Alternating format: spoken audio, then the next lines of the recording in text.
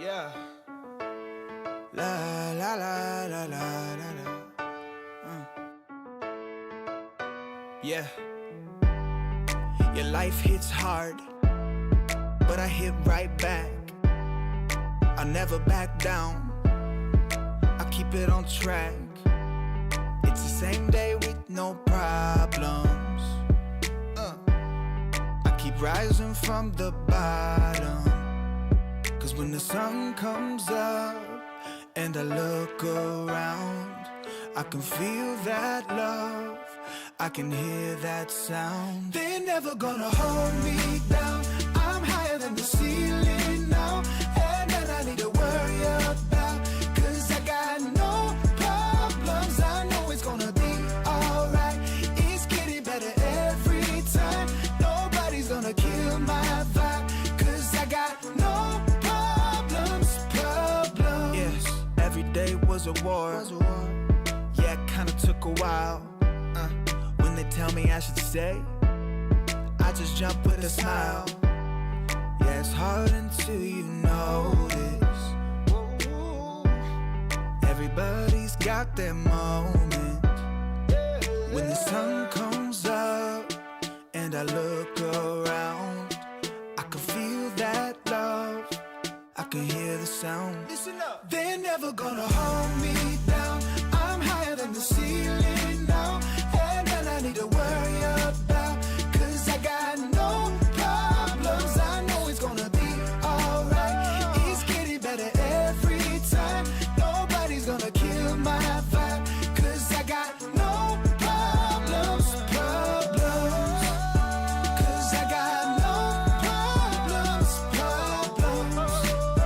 Cause I got no problems. Do you feel a little down? Say it, no problems. Let you in but you out, sing it, no problems. They're never gonna hold me down, I'm higher than the ceiling now. Have none I need to worry about, cause I got no problems. They're never gonna hold me down, I'm higher than the ceiling now. Have none I need to worry about, cause I got no problems. I know it's gonna be alright, it's getting better every time. Nobody's gonna kill my vibe, cause I got no problems.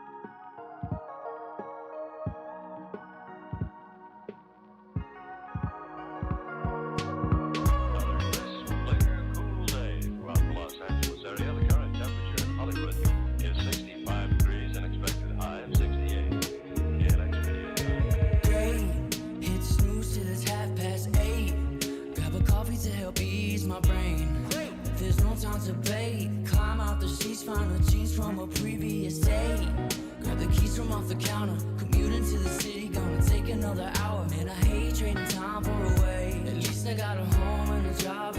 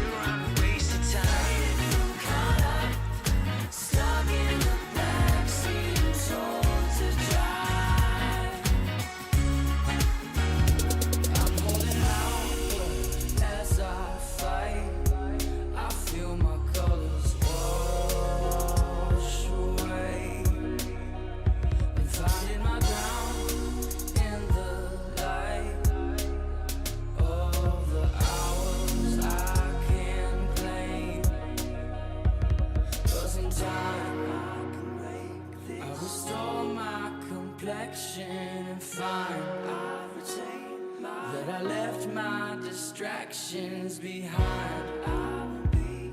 In the meantime, I'll blindfold my pride and keep hold of my time like it's gold. Fading from color, reaching to find where the wonder hides. Saying it'll all be fine, what a sin, what a waste of time. Fading from color, stuck in the backseat and told to drive.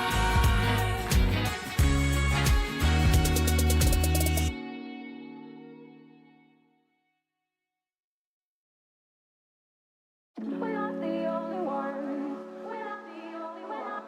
We're not the only ones. We're not the only ones. We're not the only ones. We're not the only ones. We're not the only ones. Days gone. I won't waste another one. Oh, that darkness, it won't set me back again. Oh, I'm not asleep or awake. I won't let the future escape.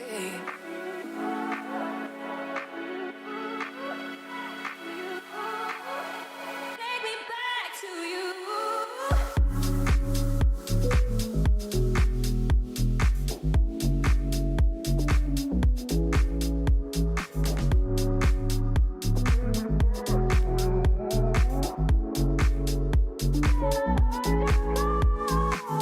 We're not the only ones.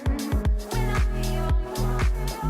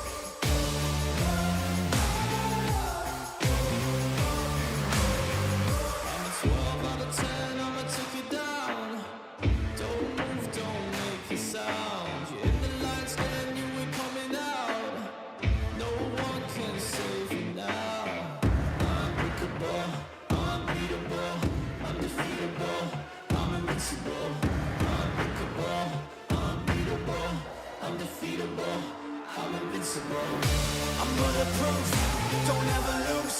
Put the evil in the devil and I'm let it loose. I'm an earthquake, make your bones shake. There's no question I'm the king, I always dominate. A force to be reckoned with, better remember it. Look at what I can do, walking all over you. Incredible, it's criminal. I never lose, I'm bulletproof.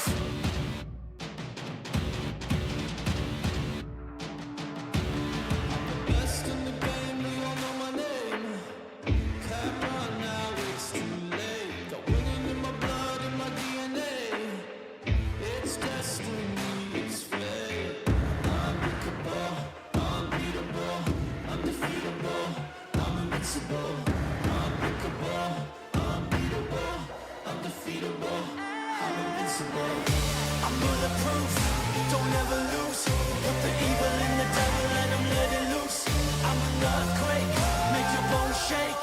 There's no question I'm the king, I always dominate. A force to be reckoned with, better remember it. Look at what I can do, walking all over you. Incredible, it's criminal. I never lose, I'm bulletproof.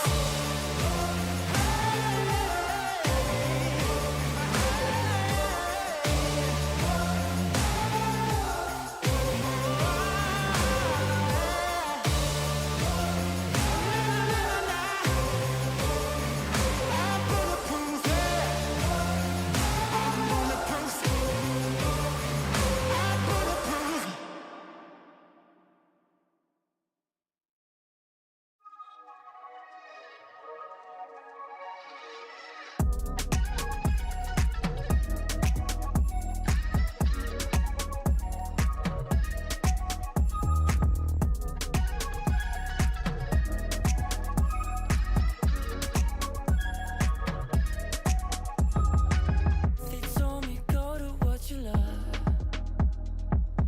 I never knew what that was, but even when I make time, I think of all I've given up. I wish it wouldn't be so hard, 'cause you're the one that gets slighted. You say I don't make time for anyone, and you ask my mind is occupied. It's alright to vent, I understand. Have you ever loved someone, but known that there was more? I don't wanna be tied, hanging by your side. I don't wanna be tied, tethered to my pride. Hate to waste your time.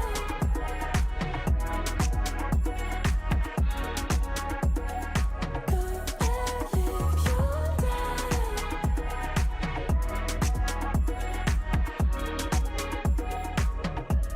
It's something that I've felt for some time. But as a moment when time go by,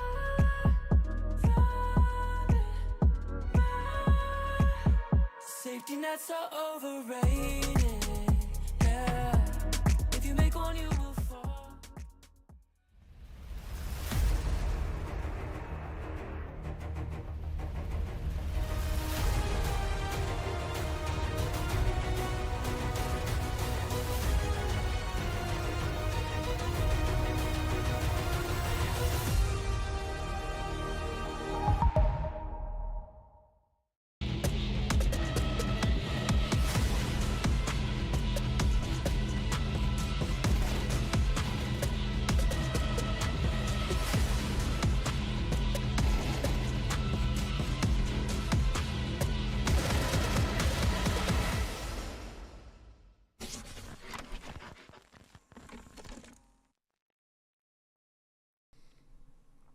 What is up, gamers? Welcome into the ESL Challenger League. We are here, of course, to get things started for Stage 2. Looking forward to getting into this. It is myself, Scriv, alongside Naokai for this evening. We've got Copenhagen Wolves up against Rush B. And we do start in that kind of low seed but upper bracket side of things, it is of course this format that can be a bit difficult to understand. Of course, opening games have already gone down a little bit and these two teams managed to win, but then they're not necessarily in the higher seed side of things, right? So maybe not the best performance from them in that opening group stage, so. Yeah, exactly. I'm actually quite interested by this game in the sense that, you know, for me, this is the first time I've casted Copenhagen Wolves since they've been around, which actually been kind of a while, but they've been slowly but surely moving their way up the ranks and starting to get a bit of form and starting to sort of really showcase what their level is, right? I think this is a good test. Rush B, of course, we've seen them, especially in the online qualifiers and in closed calls and all the rest. They're a bit of a difficult side to put away at the moment. So I'm looking forward to seeing what will happen. Of course, on the A stream as well, there is Aurora taking on Spirit Academy. It's a bit of a banger, I have to say. Kind of looking forward to seeing how that result ends up going. Spirit Academy have obviously been one of the best academy sides and sort of up-and-comers within Tier 2 as well. So that one should be very, very spicy in D. But of course, we're here on the B stream with Copenhagen Wolves and Rush B. And both of these sides, for them, getting a deep run in this tournament would be huge in the sense of VRS ranking and all the rest, right? You know, they both, you know, like you kind of touched on it a bit, they've had okay performances in the groups. You know, they just made it in towards sort of the next stage, right? And I think now it's about, can we make it through this? Can we get to that playoffs in the double elim bracket, get through stage 2 and actually start to feel comfortable about where we're at, what our level's at? And can we actually punch up against some of the big players as well? Yeah, I mean, it is true. I feel Copenhagen Wolves are an organisation that have been around for a very long time. I think revived recently, you know, with this, at least the start of this roster. It seems that their 5th spot is not necessarily locked in at the moment. Jaquinho coming in recently, I think, is, you know, a signing that does catch some attention, of course, given a bit of a taste of the top but couldn't quite find the mental, and he's kind of had that reinvention as the AWPing and the IGLing as and when it's needed and whatnot. So I think it could be a very new look for this team. They're also absolutely slamming out the maps at the moment, playing an awful lot of Counter-Strike.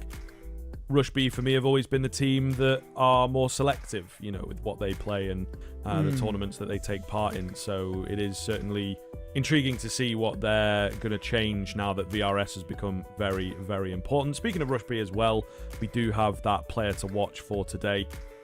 Just kind of kept it simple, I suppose, right, and went for Texi on that Rush B side of things. They're on kind of a win streak. He's been their strongest player. And so, yeah, we chose to highlight him and keep track of him throughout the series. Yeah, I feel like it's a good player to kind of keep an eye on as well. His stats have been very solid, but he's also a player that we've casted before. We've seen him do very well, and we've seen him actually put up some really decent numbers. So I feel like it's one of those things that while Rush B have a few different players who can pop off, if anybody you're going to make a prediction, you probably would look towards him. He's a numbers guy. He's very solid. He likes getting in the thick of it. He likes being quite aggressive as well. So I'm looking forward to seeing, honestly, what he can do heading in towards the server.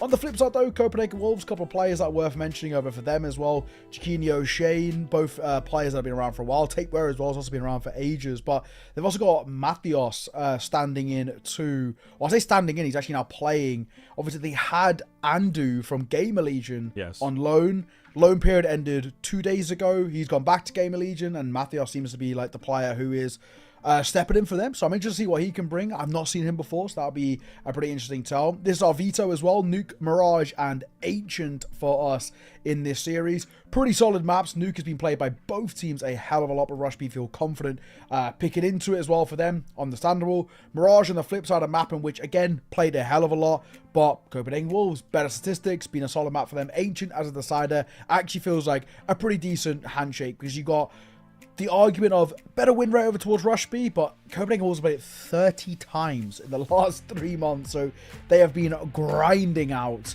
the Ancient. So if you get there, actually could be quite spicy. It's a case of, you know, I guess reps versus results in a way. Yeah, always good to sort of get the microscope on it and see whether that gives us a picture of which way it's going to go. But I do feel that for me, Rush B just as a bit more of a solid team, right? They've been together as a unit and an organisation and everything for quite a while. Zinni's a recent addition, but the rest of the boys have been playing together for a good long while now. So I think that for me, that gives them the advantage just as a team coming into this. It's always going to be hard within the tier 2 for 2 squads like this to really find a punish pick and everything. And I just think that the Copenhagen Wolves, 2 recent additions, then you got Mathios coming in, and I think that that gives them some instability, unfortunately. So Rush B should have the advantage in that sense. So I'd probably lean that way if I'm being honest. But we do get a pretty nice veto, I'm not going to lie. There's some really good maps there to work on and, you know, do our thing with. Yeah, agreed. I think as well, Mirage is always one of those maps that for me feels like the great litmus test. It's always a very good indicator of what level you get. But then the flip side, Nuke, my favorite map, so I'm always happy to see it. So no complaint to me. I think when I look at this, I expect Rush B to take Nuke probably relatively handedly is how I'll put it. But when I look at it in terms of Mirage, because that is, you know, such a puggy map, it can be a bit of a coin flip. The big thing that I'm saying here is that we actually need to see Copenhagen Wolves really step up. If they don't, they're actually probably in a fair decent amount of trouble. Yeah, I would potentially agree, to be honest with you, and I think that you know, we'll get, as you say, a good sort of taste of how these teams are going to perform and whether they are able to match off against each other. I think that, as we talked about, there's that kind of streak coming in at the moment for Rush B, so this probably falls ever so slightly better timing wise, that they've been playing, you know, a fair few games recently. It's been going well, and across a number of sort of different tournaments. They had this back-to-back series against Sashi, and they lost one, and then they managed to get it over them the next time that they played. So my confidence is kind of with the Rush B side, like I say, and I think that Copenhagen Wolves, yeah, will potentially need this. I think that winning your opening matchup does give you a bit more time, for sure. The low seed group and everything is sort of a scary prospect, and I'm sure that these guys, it might be a bit of a struggle for them game on game to be like, right, what are we doing now? You know, are we surviving? Are we play? You just kind of have to look at the Counter-Strike as it comes and not think about what it's for necessarily. But I don't think that you really are in with a good chance if you're not getting you know, the upper final spot, if you're not getting the consolidation final spot and bagging your place in the playoffs, right? So a poor performance in the groups, which I suppose it looks like we've got a little bit of time here with a tech pause coming in, so we can take a revisit on that. Does mean that these two teams, you know, end up here. Copenhagen Wolves over in Group B, they went 3-2, which, you know, doesn't feel awful. It was unfortunately a slow start for them, losing out to Pyrovision and Monty. I think certainly would have been a challenge to get into that, but as I was going into podcast mode now, of course, the players interrupt me.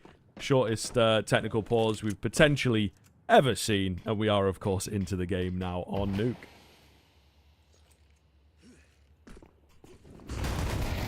Oh, Julie's not really landing to start things off. The Glocks are going to take the heads easily here.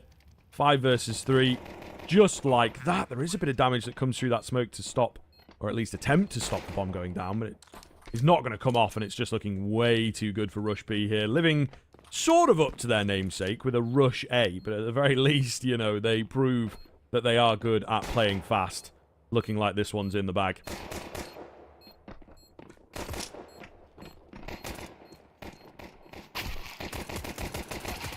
Oh. And there you go. Chiquinho with the only kill coming through for that round on the CT side.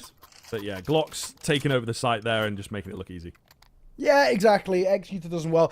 It has to be said, the Julies have got to do way better there, right? You know, you're up close, you're wanting to fight, and should get at least one, I want to say. I thought there would be a bit of a quicker fight right at the end there, because when you're sort of Executor finds his kill, Copenhagen Wolves, you just assume you just fight towards the end and see if you can trade there.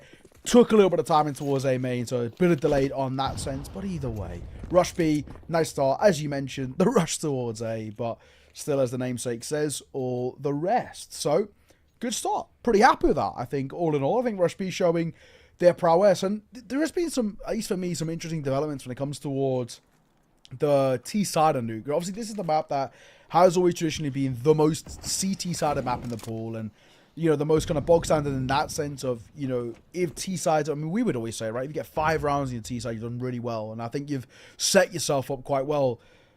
It feels like, for me, it's starting to change now, where we're seeing teams really get a good understanding of how to play T-side. A lot of outside control, using that to give yourself a lot of options. You can wrap towards main, wrap towards hell, even go down towards ramp in a bit of a split in that sense. So that 5 rounds maybe feels like it's not right anymore. There's a pretty quick flank here, but the timing has eluded Tapeware incredibly. But look at this. This is going to be a weird one. He should get the kill. They will. Fighting together is right, but Executor's here and doing as the name says. Kiro also 2 of his own as well. Nice and simple. Oh. Knife money. out. Wait a minute. Oh. He's close. He might be able to get another one here. Oh, yeah, good effort. The movement down and then, of course, the aim punch in the end. But yeah, that was nice. I mean, you'll take a knife, right, going into your gun round. Yeah. I think you'd be pretty Money happy in the with bank, that. baby. Might be Yeah, able happy to with that. spread some cash here, get the AWP out. Seems like, yes, that is going to be the case. All right. It was a little bit... It's hard to tell. Nobody drops guns anymore, right? Like, you can instantly give it across. Sometimes we're like, oh, he's not got an AWP. Maybe he's going to pick it up. But Jaquinho just instantly appeared with the AWP. So I was like, has he bought that himself? But it takes a bit of mathematics to figure it out. So the knife actually does come into play pretty massively here. Well, it's good for the cash, yeah. Getting Jaquinho in towards the AWP nice and early. Exactly what you want to see. Hopefully we can see some numbers out from Jaquinho as well. He's been a player, he's had real ups and real downs, right? And I think, you know, when he plays his game and gets comfortable, he's actually really fun to watch. At the times he can go into a bit of a rot form and he struggles to put up the numbers, and it makes life pretty difficult for his side. So, looks like he's going to be tested here as well. They're wrapping all the way down. I wonder if anyone goes towards Garage as a late lurk. But it seems like they've avoided the AWP for now. And Mathios, understanding that they could be down here, is going to fall away. This is the smart call. Slow creep in. The Molotov gives away that there's something going on. Mathios with the spot. Opens the door. Fakes them out. They're a bit too smart for that, though. He does still manage to steal one away, but losing his life, maybe not the best. The door's been left open. Shane is somewhat unaware of that, unfortunately. Figured that surely they've not crossed single yet, but of course it was all the earlier play that seems to have cost them. Bit of miscomm there. Definitely was on the side of the screen. Maybe a 4x3 situation as well. But with that, Rush B will take the round as the rest of the CT save. Well. It's a good start, isn't it, though, for Rush B. Now in the pistol round, the eco, and the full gun round, all looking really good for Rush B. And if I'm being completely frank as well, they're not actually really breaking too much of a sweat. So, super solid stuff. That's unfortunate. Executor turns his back just when Arnie was coming around the corner, but doesn't really make a difference. AWP we save. 2 M4s behind it as well. That's pretty solid for the most part. On the T side, they don't really care. Yes, money isn't exactly flourishing, but you're 3 rounds up. You've got a nice little buffer zone. You're actually sitting quite pretty at the moment. No complaints, really, with what is happening. So Rush B, looking good, playing good, very solid Counter-Strike out the gate. And I think still it's that question mark about where we're at for Copenhagen Wolves, right? In the sense we need to see the side step up and showcase the level. You know, yes, this map is expected to go the way of Rush B, but if you can at least put a bit of a fight up here, it can build up the confidence. It can give you something to work with heading in towards that second map, Euro mapping of Mirage. And we are going to need to see the individuals come alive. You know, that's a map in which Rush B aren't going to be too opposed to playing. Yeah, this is true. It is looking very, very good for Rush B, though, I think. Still early enough, but, you know, we've been around the block a few times. These are some very clean rounds, and Copenhagen Wolves know that. They also maybe feel that they are slightly off kilter, so a pretty early timeout indeed. And I think that we need to see this net some results, otherwise Rush B's T side, as you say, it's a slightly lower bar than maybe it used to be with the way that CS2 seems to have shifted towards T-sidedness just across the board. But, you know, you want to be getting rounds, you want to be keeping it competitive. And Rush B, they're in a position to really make sure that this is not the case. Up close. Behind the smoke. It's a bit of a risky move, but I don't hate it. I feel like when you're Copenhagen Wolves, take some risks, right? You may as well. I know it's very early, but you are right. You know, we've been around the block. We know how a lot of these games work and play out. And with how decent Rushby are looking so far, when you see this level of form, it is quite concerning. So I don't mind the call of taking risk and taking fights. Take where Jaquinho, Mathios as well, also going to get an opening kill. All really settling the nerves, which is exactly what you want to see. Tapping away, can't get the kill, but damage dealt. Nice find from Tapeware as well. That really will net things in and make sure that there's absolutely no path back in and no other option for Kiro but to save. So here we are, the Copenhagen Wolves. They have awoken, it would seem, and a really, really nice round to do it in as well. So that's exactly what you want from the timeout. Now the ball back in the Rush B court. Curious to see what they're able to come up with so far. So fast, I think, is really the phrase for me from Rush B. So perhaps a change up in the pacing would be the easiest way to make a difference. Yeah, got a bit of time here on the save. Right at the tail end. But good work from Copenhagen Wolves. They needed a real round nice and early just to give yourself, again, like you said, a bit of confidence. Kickstart the CT side. Second crack at the full gun round and make it stick. If only the one casualty, you're pretty happy with that. Rushby will save just the one AK. They'll buy around it, of course, but it's to what level do they buy around it? Do they leave him alone there with maybe half buy, or do they try and fully invest themselves, get down to around that lower money? It seems like they're going to half buy here. So Kira saved. Couple of pistols around it, so actually going to be a lot of pressure on him to do a lot of heavy lifting in this round. I think once again just showing how feeble the economy can be in CS2, right? You know, you take a 3-0 start, you're looking pretty good out the gate, you have one bad round and you're instantly in an eco. Counter-Strike through and through. Executor not going to buy at all. Orb shot misses and he doesn't. Uh-oh. He's got his hands onto something very dangerous indeed. A big green AWP. An AK as well. Has now been retrieved as a Zeus kill came in. Excuse me? I didn't quite catch that in the kill feed initially. I saw the AK pop up. That's kind of what I was looking at. But Tapeware's gone down to a Zeus, which is embarrassing to say the least. But also maybe a needless move. It looked like that was towards the lobby area. Not really sure that he should be going for a move like that when you're already a man down. Shane on the edge of the smoke, desperate to make a play happen, but Kiro was watching him, and Rush B, from out of nowhere, have stolen this round. I mean, yeah, I just don't see a way back in for the Wolves. I mean, maybe you just save here, right? Or, you, as we're kind of seeing them do, you're shelling up towards the A site. I'm sort of hoping they come to you, but this is the worst... Not only the worst way to lose a round, but probably kind of the worst rounds to lose as a whole. Because you've just finally found success. And you've just got on the board and you've done everything right. You put the pressure on and you're thinking, okay, great, we're in a good... Oh, that timing's brutal. But, you know, you've just finally got to a point of feeling, okay, we've got sort of something here. And then this happens. Brutal. And it will be made worse as well. Techie gonna find Mathios. And it leaves it all down to Belani. And he'll just keep on the AK here. No two ways about it.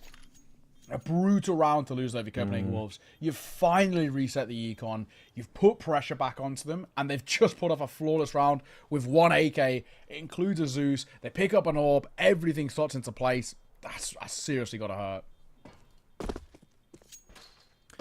Yeah, pretty rough. Pretty rough indeed. But I think, again, they have to look a little bit internally. Just some early signs of some lack of discipline, you know. Kinyo goes for the play. Look, I mean, if we really want to take it down, you should potentially know that the econ's not in a good place. So, is it really a round where you want to be making that kind of an aggressive AWP move? Maybe not. You see how it spirals. But the big one for me is definitely Tapeware still going for whatever his aggressive call was when they're already a man down. I think that's where you need to, you know, whatever it is, freeze, cancel, protocols, all these kinds of terms, but you maybe just need to have that instinct as a player to go, right, it's probably more important for me to not die here. Even going 1 for 1 there is not going to be necessarily beneficial. So that was the big turning point in that round for sure. But yeah, Rush B handed a gift.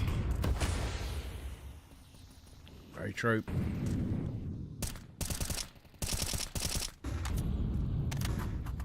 Matios starting well towards execution. Look at this tape where it's under pressure. And yeah, I actually don't think he expected the pace because he was alone. He was waiting for the rotation back over from Matios, who gets one before he falls. But still, Arnie's been not checked properly, but Kinky was holding for it. Shane, last man, waiting on the edge of that molly. I can't see a way in which he wins this. This should be nigh on impossible. Even now, the gun barrel is in the way of Texie down below. That's a 5-1 scoreline. This is pretty bad. Yeah, it's looking rough. It's looking very, very rough indeed. I think Copenhagen Wolves, you know, it's obviously a really difficult round to lose, and that may well just set the tone for the rest of this half at the very least. You know, the fresh slate coming in is going to take a while. You do have to give credit where it's due. It's an awful lot of work mentally to bounce back from losing an eco like that, but yeah, this is going to put them in pretty bad stead. They are once again screwed for money. Nice little 2 for 1 though outside as they match fire with fire. This is the kind of round that indeed you do need to have that kind of bravery. Texie again. You know, we highlighted this guy and we know he's got a real good ability about him. And even with low HP, he's still quite scary in his own regards. This round's still very winnable both ways, right? It's a lower buy for Copenhagen Flames, but there's a flank here. Executor's holding for it. He got caught off. He's been caught off twice, actually, so far this game in timing, and it might happen again. No way. If he gets caught again with his back turn, this will be a 3rd time. That is brutal. Oh, no. That's even worse. That's even worse. Shane goes down. He's 0-6 as well. Poor guy. That's a brutal one to lose. Yeah, having a struggle fest right now for sure. Certainly something to keep an eye on, and hopefully, you know, just for the sake of all that is good, he finds himself a kill or 2 in the next round. Jaquinho left alone here. Does have that M4, but of course no armor. Easy pickings in the end. Little dicey, little close, you know, one unchecked angle. But Rush B, as we see, it's this like classic CIS style, right, that so many of these tier 2 teams have had for years, bro. I am talking 5 or 6 years easily with your Prostos and your Hellraisers and, you know, Simons and, you know, teams like this where they just kind of ball together, play the fundamentals, whatever we're looking at, whatever kind of fight we're going for, like, we're all doing it, you know. So there's very little independent thought that comes into some of these plays, and it can be hard to play against. When it is working, it can be relentless, as we are seeing here. Another timeout for the Wolves, though, to try and get back into things. I think it's actually the right call. It's for Copenhagen Wolves, there is very, very little on offer in the early part of this map, and it's not a good sign with what we're seeing. They're looking very, very rough, pretty ugly in terms of the approach right now, and I don't blame them for calling a pause. It's pretty evident to themselves that they need to fix this quite desperately. Let's hope they do, though, right? It's a tough predicament that they're in. Bit of spam. Oh, nice work from Shane. Good way to get your first kill. Yep. There we go. I did say I wanted to see 1 or 2 in the next round, and he has delivered. So there is that at the very least to be happy about. But whether they convert this round or not is more the thing that I am focusing on here. Jaquinho on the slim angle. They are indeed not going to give him the fights. Opt instead to creep downstairs where Big Shane is waiting. This would be a great time for him to really, really have some impact. Find that big round that I'm sure he's been longing for. The entire half long with a Molotov is really quite good. Delaney here in towards single. fake out of the plant, but he can't find anyone really, so just kind of has to give up that position. So in the 5 versus 4, looking a little nervous here on the Copenhagen Wolves side of things. Bomb will go down, but the patience is paying off. Damage done. Another player taken. Hero trying to be the hero doesn't really work for him. It's just Texi all by his lonesome here, and I think they've got a good idea that he's on these stairs as well. He's definitely been spotted now. Clean on the first. It's going to be hard to get towards that bomb, though, and they will eventually find him. So, patience, yes, it looked nervy in places, but Copenhagen Wolves, they make it work. Yeah, good work, right? You know, it's a positive sign, I think, as well for Copenhagen Wolves. You call a timeout, and you're able to come straight back in, find a bit of success. The question is, though, with sort of where we're at, we actually still need to see consistency at the tail end. I mean, even if it's getting towards just the likes of like 4 rounds in the CT side, just give us something. Give us a, you know, a chance at sort of getting into this and a bit of a look in. But, you know, one side of the game seems to be the play here in ESL Challenger League. Over in the other game as well, Aurora are 6-1 up against Spirit Academy over there. So, pretty similar vibes, really. And how these games have started. One-way traffic so far. Copenhagen Wolves already Rush B hitting 6 on the T side. That's pretty good. You're pretty happy with that. Any more starts to get to the point of being very, very concerning for Copenhagen Wolves. This is true. The quick A play coming in. It's Texi that finds that first. We're still on with Zinni to see what he can find, but nothing really coming his way. The team itself looks good. However, A bomb site going to be taken.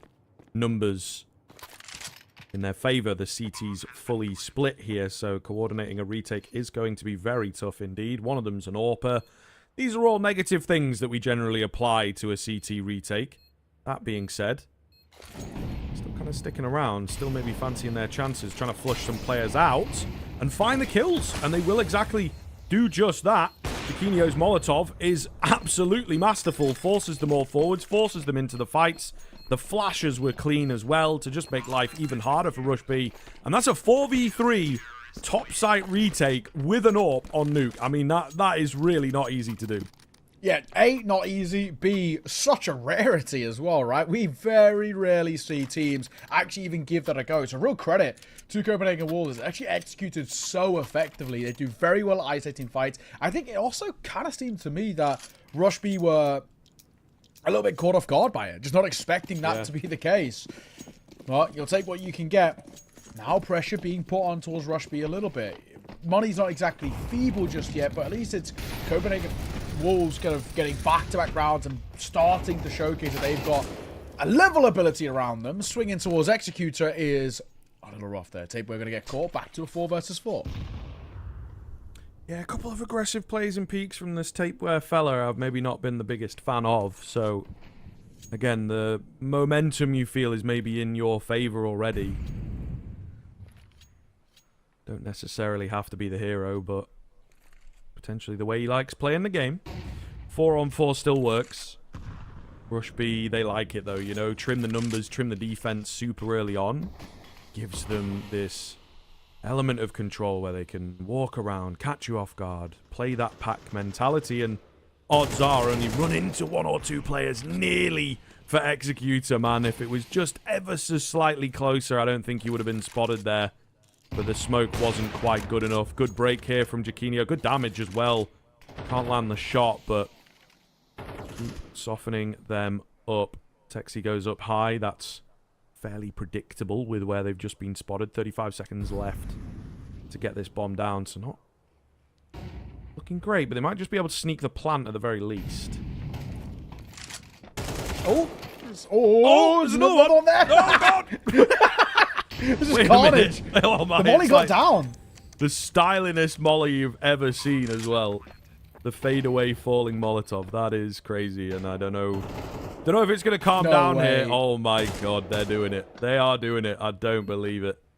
Texi's so good, man. He's so crisp. What a round from him. 4 kills to his name. How in God's name he gets away with it, I have absolutely no idea.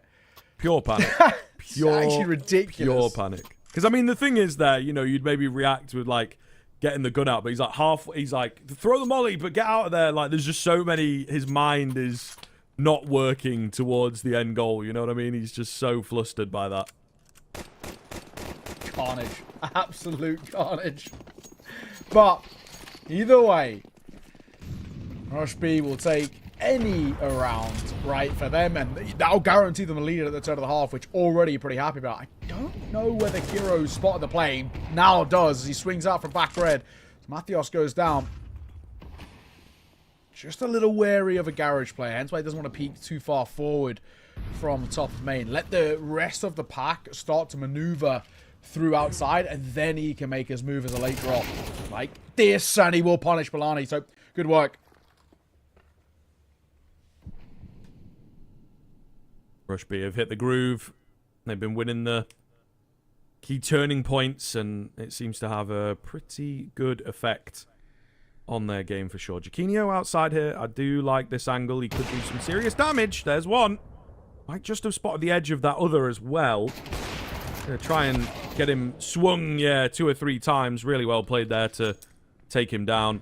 And I think with a kill like that, you should start to wrap this round up. Yeah, you're probably right. Especially when the UMP's in play, if we're being completely frank. Bit of a dog gun, let's be honest.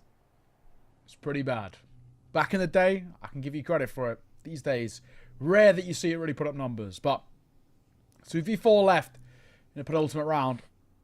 No one down towards his lower sight. But Rush B are, you know, they're taking their sweet time. Let's be completely frank. It's 20 seconds left, lads. Let's get a move on.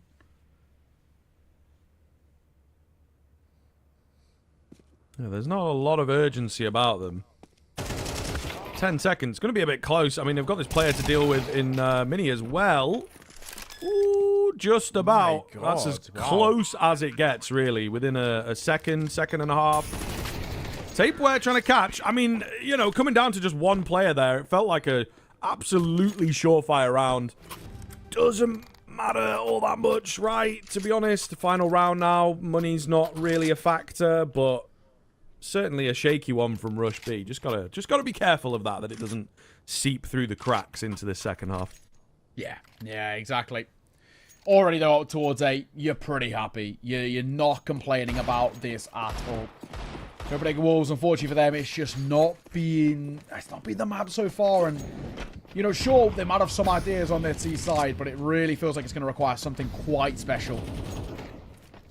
Buys a little funky too. And it doesn't help with Tapeware getting caught early either.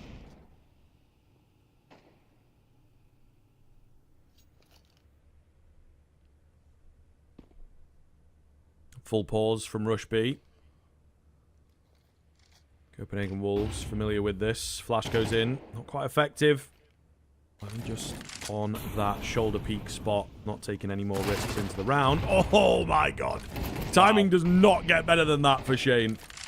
That is kind of insane. I think even as his shoulder was around the wall is when the turn came in from Kiro. But still looking good here. Rush B just holding the line.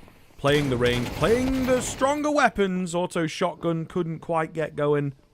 It is once again down to the wire here a little, but it just feels like Rush B are a couple steps ahead in most of these rounds. Yeah, it seems to be the case, isn't it? Still not impossible for Balani here, but 1v2 and he has no information about what this post-spawn's going to look like either. It's going to be very, very difficult. Has one Molotov, but does have a kit. Maybe a chance. See, creep around that corner, going to clear in towards radio. Nothing on offer just yet. That bomb halfway ticked too, and the window's not broken, so you're going to break both. Molly down, and reposition towards double. That'll force out one at the very least. Now they know where he is. He can't transfer. 9-3 half from Rush B. They are flying, and we'll see if they can continue it, of course, after the break. Yeah. Got my senses here on overload. All my body is for you to hold. Ooh, ooh, ooh. Feel like something new. Yeah. And I never thought that you got me wanted. Never thought that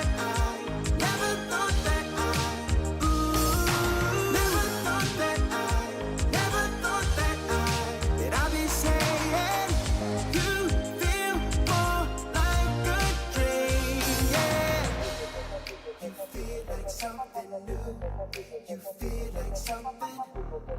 You feel like something new. You feel like something. I feel like I'm in another galaxy. Take my time in your eternity. Ooh, ooh, ooh. Feel like something new.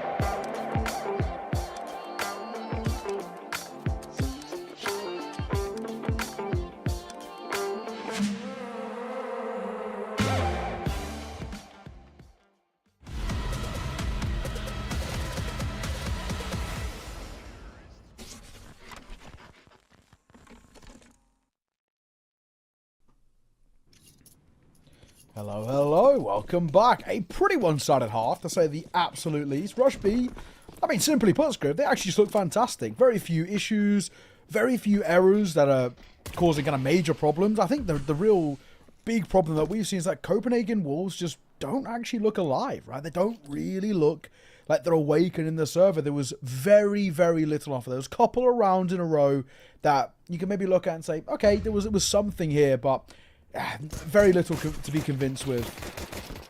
It is true. They are straight into the action here, so I don't really have much of a retort for you as Texi finds the opener and just hightails it out of there, trying to now keep control of ramp as best he can, but he's got a few cronies to join him as well. They are very prepared for the B hit, it would seem.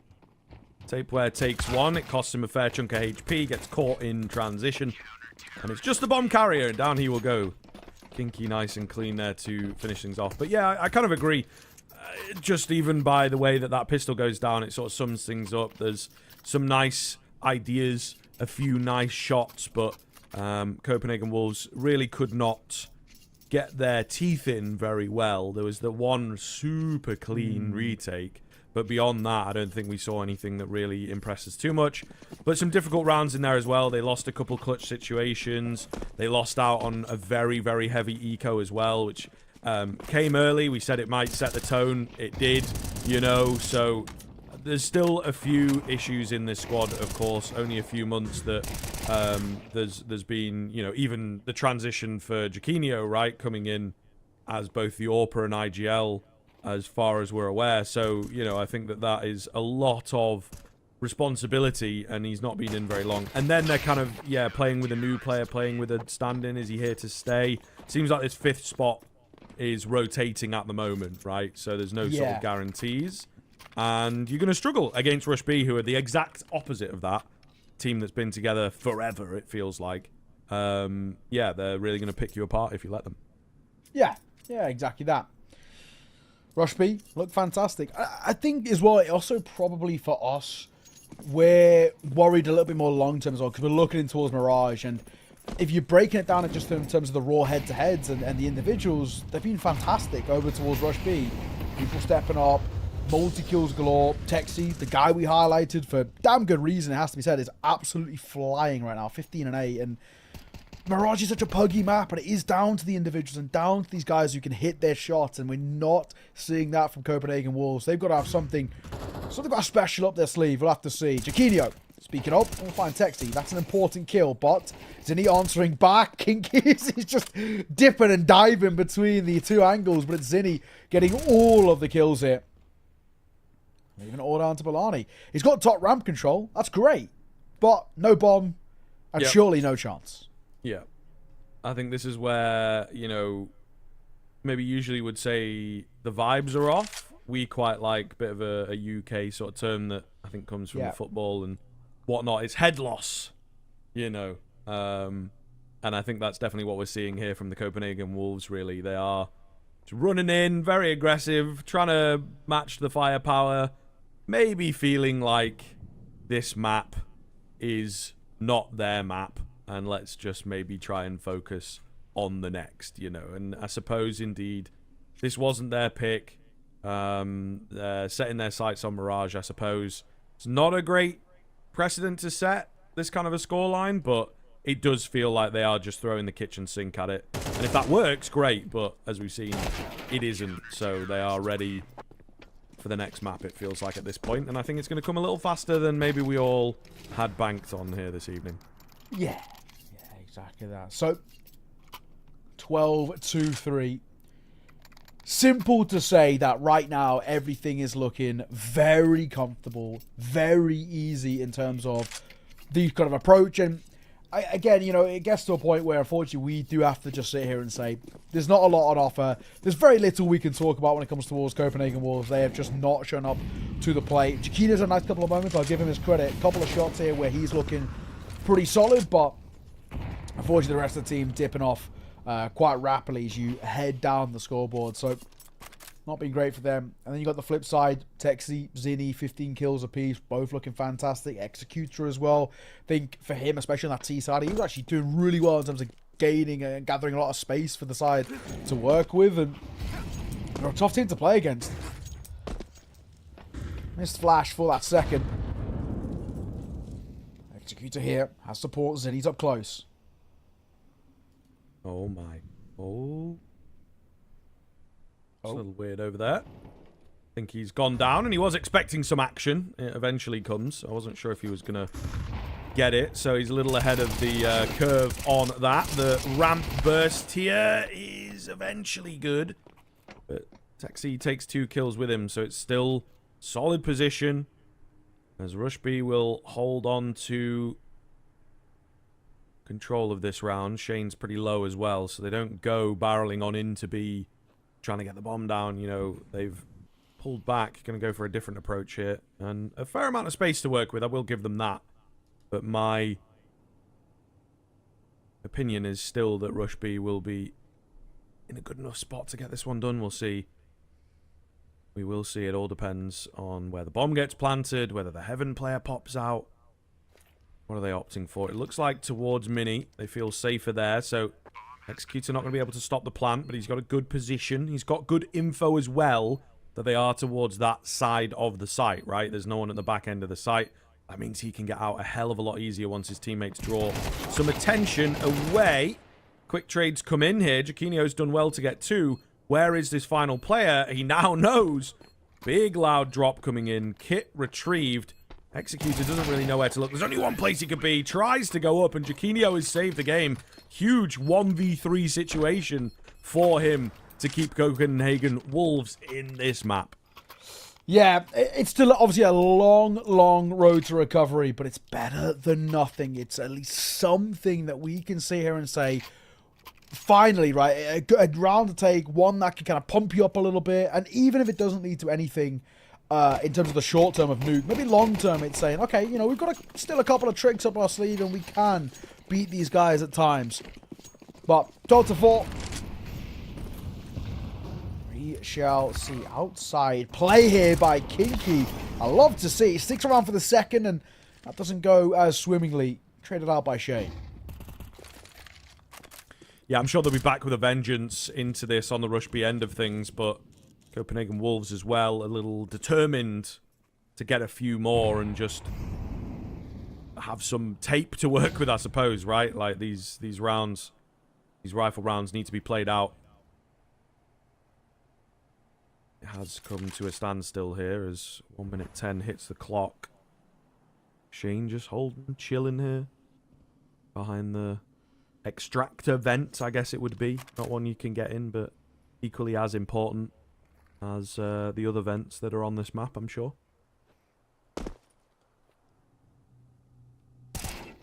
Oh. How? First of all, how's Balani got down there so quietly? And then, how has he got up behind him as well?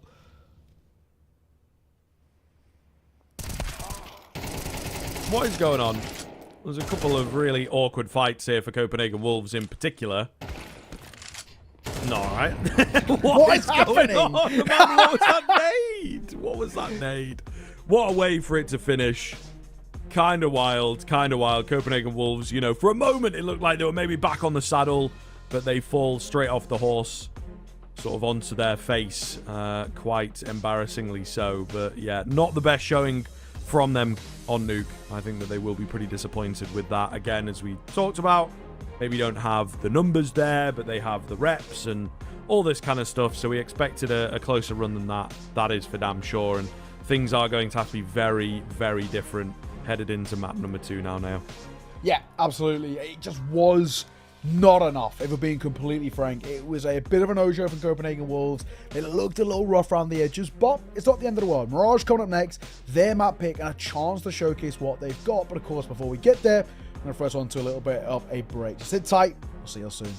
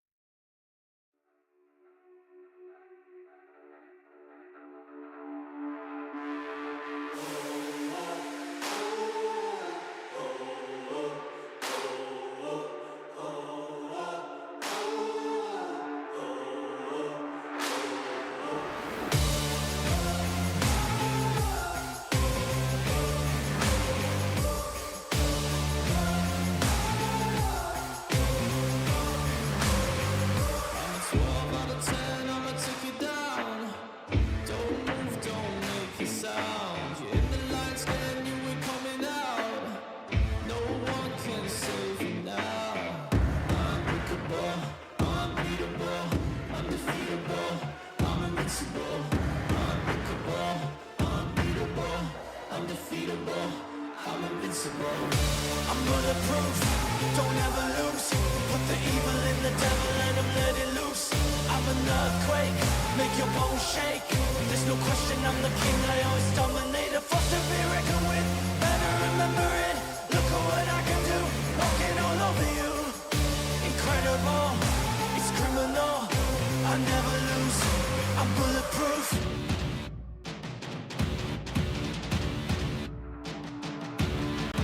Best in the game, we all know my name. Can't run now, it's too late. Got winning in my blood, in my DNA. It's destiny, it's fate. Unbreakable, unbeatable, undefeatable. I'm invincible. Unbreakable, unbeatable, undefeatable. I'm invincible. I'm bulletproof, don't ever lose. Put the evil in the devil and I'm let it loose. I'm an earthquake, make your bones shake. There's no question I'm the king, I always dominate. A force to be reckoned with, better remember it. Look at what I can do, walking all over you. Incredible, it's criminal. I never lose, I'm bulletproof.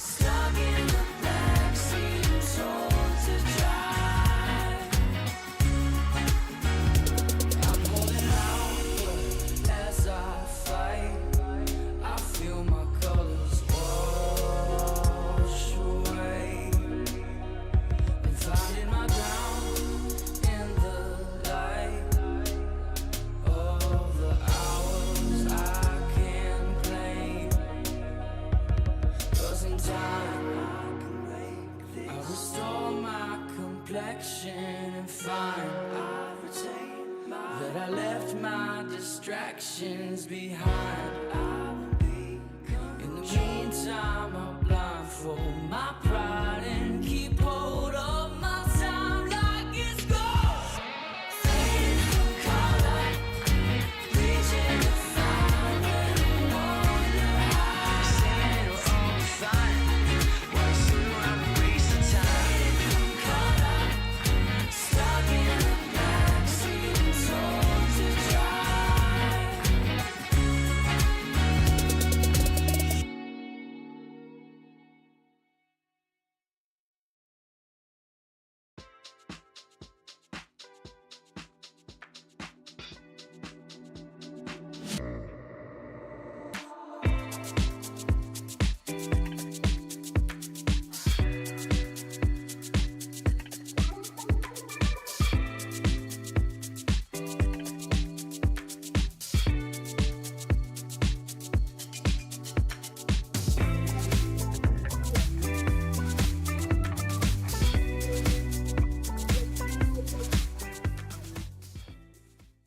Think you've seen it all? With Faceit Watch's Point of View Selector, you can experience the game from any pro's perspective. Use the multi-view feature and customize the stream with up to 4 angles. Control what points you see while earning rewards. Drops are activated and lucky winners will receive Faceit points.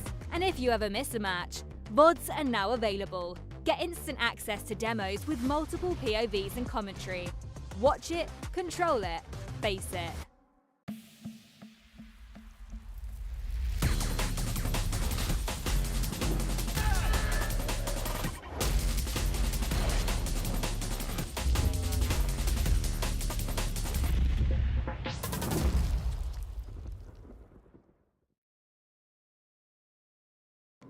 Damn, guys, we almost had this.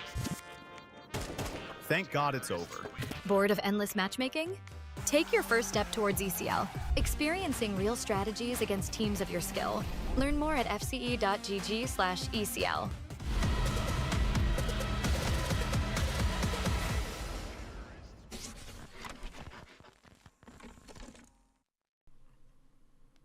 Welcome back, everybody. Mirage ready to get underway here, of course. You can see there in the bottom left, Rush B kicked things off very, very well with that 13-4 over on Nuke. I think Copenhagen Wolves really did struggle to get into things. We give them that tiny, tiny, tiny asterisk of a very nice retake in one of the rounds, but that's about all we're able to dig up for that team. It just did not look good, and Rush B able to play their simple game, their pack-based mentality. And we maybe even talked a little bit in the interim there, in the break there, now that just individually, I think Copenhagen Wolves were struggling, taking early fights, trying to get aggressive, and just couldn't win those gun duels. Yeah, exactly. It was tough. There's very little from that first map that gives us like the confidence, I guess, heading in towards Mirage, a puggy map which requires your individuals to be really kind of on their game. We just didn't see enough of that, if I'm being completely frank, and that does, it concerns me a hell of a lot when we head in towards this now, and we have to expect some 10 times the level basically out of Copenhagen Wolves. Rush B looked very clean, very crisp.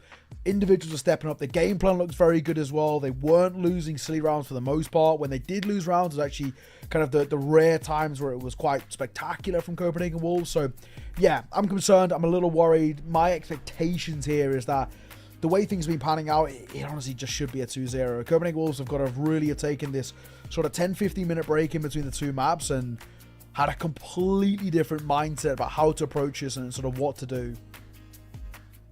Yeah, no, it is very true. It is very true, and I think that we sort of saw in that second half when they didn't win the pistol that it just felt like the energy got sapped out of them, and therefore they were looking to this map and looking for that fresh slate, as it were. That, indeed, a changeover of halves can also give you, but they just couldn't achieve it on Nuke. So we'll see. I think that, we're kind of talking in between, and this will be potentially a different team, and I hope that it is a different team for Copenhagen Wolves, right? This is a squad that, has a lot of history behind the name. Some of the more legendary Danish players throughout the years started off in the Copenhagen Wolves. So I do feel that, we want to see them do a little better than just the quick 2-0. And of course, in terms of the here and now, that will knock them down into the lower bracket of this low seed group. And that's pretty scary. I mean, you've got teams like Monty and Sashi down there that I don't think you want to be meeting again. True. They can be quite difficult to deal with. So, yeah, I think one more win would be really quite nice. And then you're also a step closer to getting that playoff spot, of course.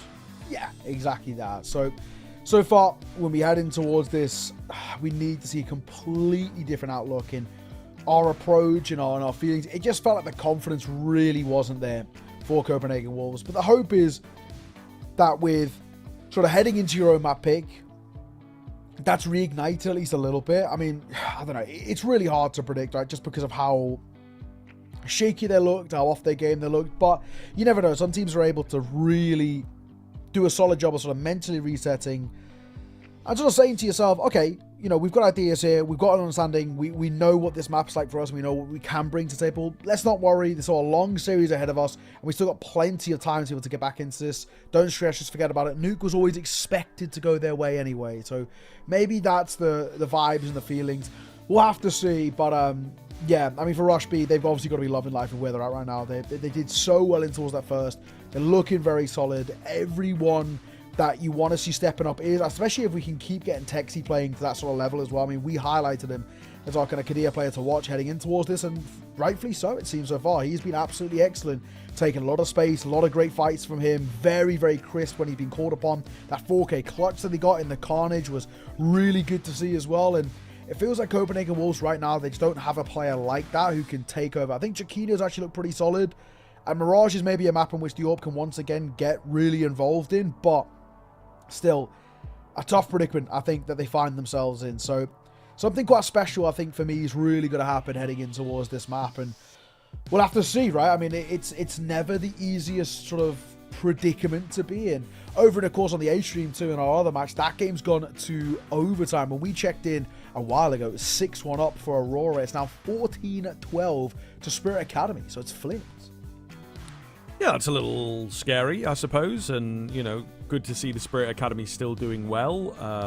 I believe that, you know, it's not fully confirmed or whatever, but these Academy teams are sort of getting wrapped up a little bit, and I think that Spirit Academy might be one of them, so they may well have that for sale sign out at the moment, and therefore doing well at this kind of level, you know, might mean that they get picked up by a few projects here or there, so good for them that they're able to bring it to such a big name in this space in the form of Aurora. Yeah, we'll be keeping our eyes on that, but eyes on our own game here, of course, as we finally do get into the action. Copenhagen Wolves starting off on this T side, looking for a quick contact ramp, and it's pretty solid. Once again, I think these teams are ready for each other. They looked very prepared for the two players that came their way, also on a contact move. And that's created the space that they need for the bomb plant. You can't be serious. Executor gets the headshot through triple to deny the first planter. Second time of asking, not going to be able to get it done. But he may well have just given them a ridiculous way in. What has happened? The kill feed lights up. And Rush B complete the 5 versus 3. What in God's name? That round fell apart so quickly for Copenhagen Wolves. So quickly. I mean, even they looked shell-shocked with how quickly those kills come through. And once again, reinstilling just how good this Rush B team can be. And just the level that they can kind of play at as well. You cannot afford to give them an inch. They will take it a yard. And some, it seems right now. And this is the really brutal position that we're in, is that once again, for Copenhagen Wolves, it is dire in terms of how quickly these rounds just fall apart, and, you know, very immediate attack timeout. Obviously, for them, they want to fix this as soon as, but yeah, that's brutal. Yeah, kind of ridiculous. Kind of ridiculous, and I think that, you know, you do, after a moment like that, need to take a moment to yourself, and I think that we saw a super early timeout as well on Nuke. There may well be a few sort of communication, those kind of social issues within the team might be getting to them as well. So yeah, I'd be very, very curious to see if Copenhagen Wolves unfortunately have a flat evening here, but maybe the super early timeout here is also going to help them. I would imagine there's going to be some talk around what to do in this round as well. They've opted to go for the buy. What is this? That M4 looks absolutely horrendous. That is crazy view model stuff. But Kiro, maybe it works. Maybe it works now. He gets 1, nearly 2 kills. Yeah. Oh, a dink on towards Kinky. He was going to nade out before he does falls, and he is still here. He's a flashbang. He'll get it. Oh, no, he won't. The smoke that goes in towards Palace. And he's just fighting for the hills here. He spotted 2 more, so he knows there's people here. He'll drop a smoke himself and an alert smoke to potentially give him the luxury of getting out. He's going to go for the elevated angle. I don't hate this. This is still a little precarious. Zinni's playing around it. Shane as well. He's waiting for this smoke to fade. Surely Zinni does not get away with it. A second Oh, Jade just reacts in time. Mac 10 with the support of Tapeway. We'll get another. Oh, Kiro going to go down. So Still winnable. That is a big moment. Looks pretty good here, but the HP bars are what you've got to worry about, of course. Executor coming in quite quickly as well. Oh, clean headshot. Leaves Shane on 6 HP to do it all, so he's going to have to get the drop. I think he's just been spotted there as well, which is really the worst case scenario. Trying to be that sneaky player, trying to hide away. It's not going to work out, and Executor pulls off the 1 versus 2. So Copenhagen Flames, we are now starting to get into the realms of you got to feel for them, right? Really, really unfortunate that they lose out the pistol in the fashion they did. They lose out the Force Spy here in the fashion that they did. In the same vein, Rush B looking great. Yeah. Again, super unfortunate for Copenhagen Wolves. But it is one of those things, again, like a bomb plant. It is just going to give you the option to buy. And that's always something that you're going to feel just at least a little happy about. Just say, okay, at least we have some sort of economy and something to work with in towards the next. We can force buy. It is fine. That's why this T-side economy can work in the early parts of these games. You know, you can quite continuously be reinvesting back in. It looks like this round's not live, judging by the typing and the fact that everyone's not left spawn. So it looks like we might have lost somebody. I'm just wondering who that could be, really. It looks like maybe Shane, judging by the fact that he's not moving. But we'll have to see. Either way, 2 to start for Rush B. Might have lost, potentially, Shane. But hopefully we can get him in as early as. Get him back in the server. Copenhagen Wolves, I feel like for them as well, they want to continue putting as much pressure on as they can.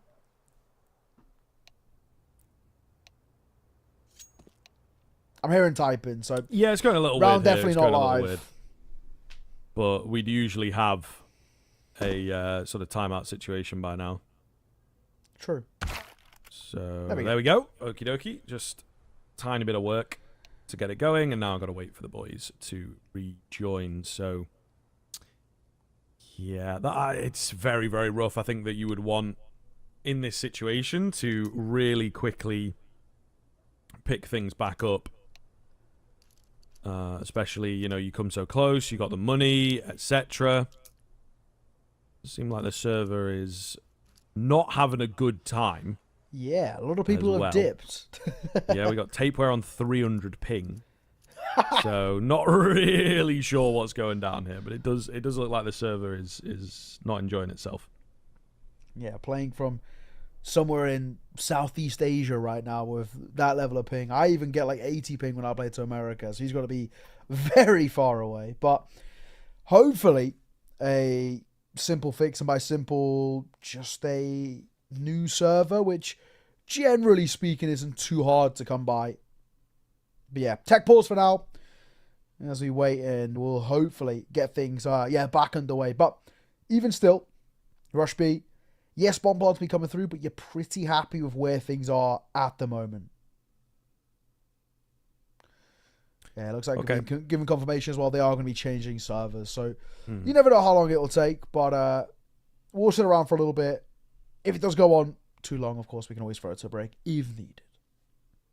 It is true. I think, I don't know, man, getting everyone in, it might take a few minutes. I'm not going to lie. It really all depends on the players, you know. Try and just channel all your energy, folks, into getting these players back. Depends on their situation. Depends on how quick they are, you know. I'm sure we all have a couple of friends who are a bit slow to get into a game or to rejoin the server. I will fully hold my hands up in my friend group. That is kind of me. You know, yeah. I'm a serial alt-tabber. I'm a serial just on my phone and not really listening to what anyone's saying. Late to the round. You know, it's a pretty bad kind of habit, not going to lie. But, you know, hopefully we've got no one like that in this particular game. They are professional salaried players, so you'd expect not. I'm more of I don't really tab out, but I'll like go on my phone or something like that. That's like a pretty classic. It's got to be done, mate. It's got to be done. You know, I think we're getting to a point now of, you know, real saturation for sure. Sending them around, of course. Yeah, for sure. Seems like, of course, this is going to take a bit of a moment. So rather than us sitting here waffling, we are going to throw this one to a little bit of a break. Ladies and gents, sit tight. Hopefully we'll be live soon.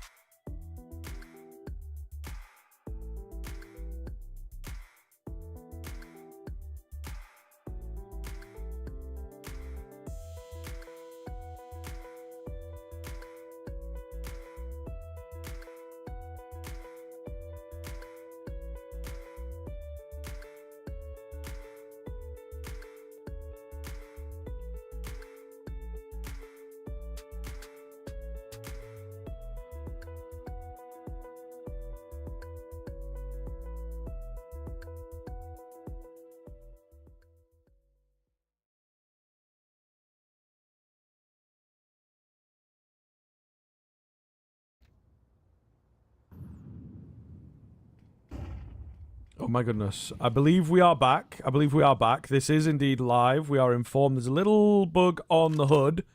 It can get sort of messed up when players are dropping in, rejoining, so on and so on. But there are 5 on the map. We'll probably spot them on the X-ray, but like on the mini-map, you're not going to see all 5. There he is. Oh, wait, no, he's on the mini-map. Where's the hidden guy on Copenhagen Wolves? That's what we're looking for. Under. No? Yeah. I think it's under. There's only one on the mini-map towards under. The man at connector is invisible. It's Balani who's the invisible man, I believe. Either way, we are back into the action here. And Copenhagen Wolves with the mid-control looking to take over the round. I think they're savvy that there's someone up in the window. Nice find from Zinni as he gets aggressive. But the A-bomb site does look very vulnerable indeed here. Just about able to get that bomb down. Kill's looking good now. 3 remain, of course, for Copenhagen Wolves. You can see that 1, 2, 3 on your screen. So bear with me, right? Bear with us as it carries on into the 2 versus 2 now. Looking decent for Rush B. Oh, Jay. Good find. Ducking his head as well. Zinni's already got 2 kills to his name. Looking for another. It's a tough defuse for him. Running out of time as well. No kit. So he's got to go. And I think he might just be angling for a save. He's given the luxury. He's not. Well played by Shane. 2 kills at the end for him. An AK upgrade too. You're going to take that every day of the week. Finally, the bomb plant into the 4 spies lead to a round for Copenhagen Wolves. And now it's about, can we get a bit of consistency? That is indeed the question. I think we'll be here to just make sure that HUD gets sorted out so it doesn't become, a confusing factor moving forward. So, thank you for your patience on that. Bit of a shame when we do have these tech issues, but it does indeed happen, particularly in the online Counter-Strike. But yeah, I think we talked about it, didn't we, before we went across to that break. Rush B winning the first 2 rounds, but winning them in unexpected ways, let's say, and I think that Copenhagen Wolves therefore really wanted to get into things and keep that momentum going, keep hot on the heels and all that, but the pause that comes in between is going to make that quite difficult. So feels like a weird place to pick back up for them, but still doing relatively well. Gotta say as well, straight off the back of a tech pause, they come flying into kind of the fight, and they're really trying to take a lot of control. And that, I think, is always sort of the right way to approach it. I always feel, really try and put the pressure on as soon as. So, great work. Seems like the HUD's being fixed as well as we speak, and then we'll be heading back on the way in just a second. But a good first round for Copenhagen Wolves. You're going to take that every day of the week. So there we are. Money, of course, is in a lesser spot over towards Rush B. So for them, slightly more minimal investments is what they've got to work with. But you never know. They've had some weird and wonderful rounds converted with that AK on its own round in towards Nuke that was then converted. So maybe still a bit of magic up the sleeves potentially for Rush B. I'm not going to completely count them out just yet. Oh? No. All right. An interesting sort of move from Blarney there. He span around, but he'd not peeked that corner. Nearly loses his head with his back turned, but, it's all good. It doesn't really make a difference in the end. Just kind of a funny bit of movement from him. Executor up close here on the 5-7. We know how this can go, but the smoke, it is very disciplined indeed, very well thought out, and it will make all the difference. They're really lacking the information now, of course, on the Rush B side of things, but the Deagle makes itself known, holding another at bay. Executor comes in from behind. Bit ridiculous from Kiro through the smoke. Shane's on a flank, but the bomb is spilled. And, of course, the numbers looking good here. An AK retrieved as well. It's going from bad to worse. Balani finds his kill, but he's left incredibly low. Shane is the brute force element to try and get back into this round, but it's not looking great now. Flank coming in as well. True. Could be a little weird. 5-7.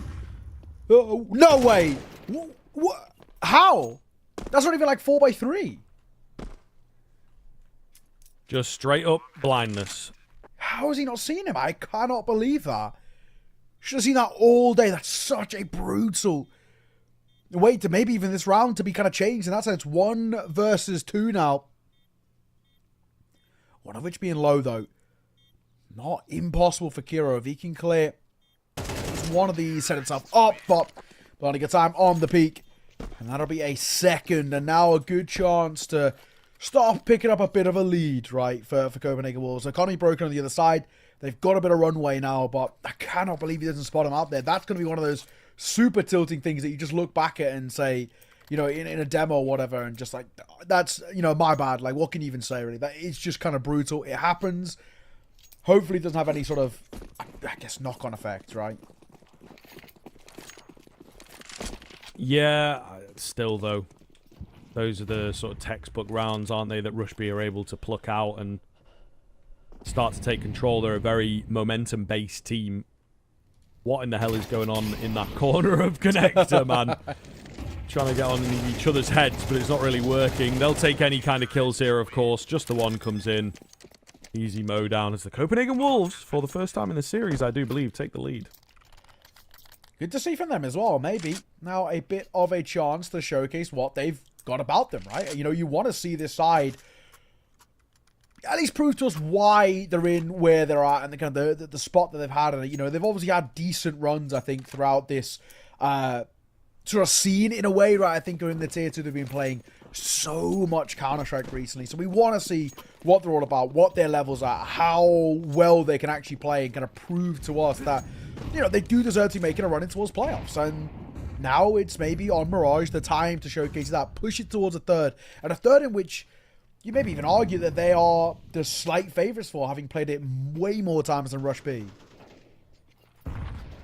Yeah, I would say so. We're kind of, it depends on which way you want to look at it, right? More generally or more series based. And of course, Rush B just came in so strong on that first map. Wild trades going on here. Copenhagen Wolves not really wasting any time at all, but it's Executor in from short that I think has had the impact. He gets 2, he gets away. His silhouette looks ridiculous, man. What is going on there? I think because the ladder is like so short and he's moved up it backwards. His feet are just stuck or something. That's so wild to look at, but he's done a lot of damage for the round. That's the point I was making. Let's see. But Chiquinho, 1 versus 3. The good news is that he's going to have space at the very least towards B, but there is a flank coming, and he will have to get down, get the bomb down, and then get into a position to isolate fights. It's not the easiest. I'm wondering for him as well, in his mind, does he actually even want to give this a go? It's looking like as he's starting to retract and backpedal a little bit that he might not, and he might just be going for the savings. And he doesn't know that it actually was a decent window there for him to be able to go on towards the site, but I think if we're thinking just without that information, playing save the AWP is the right call, I'd say. In a 1v3 especially. Counter-terrorists win. Yeah. It also feels like the kind of Chiquinho way. He's a very sort of calculated player. Yeah. So, you know, keep the long game, keep the AWP. And as you mentioned, it evens out the econ quite quickly, in fact. So it's not like we're in that weird scenario where the rest of the team's got loads of money and he's suddenly got none or whatever it may be. So it does make a bit of sense, but it's certainly a tough one. Felt like our most stable round that we've had in the game, and Rush B were able to find a decent bit of individuality there, which they've maybe been missing in the early stages of this game. Okay, so let's start to open things up. I think I was going to get caught in the early portion. The very least, I mean, Copenhagen are still going to try and reclaim a bit of mid-control. It's been quite a large portion of their T-side plan so far. As Rush B, as they buy back in, if they're able to make this round stick, and they can do it quite cleanly too, they put so much pressure. I mean, this is a huge swing round. Win this, and you actually get a bit of a 2-for-1 special. Very important to getting a leg up in this.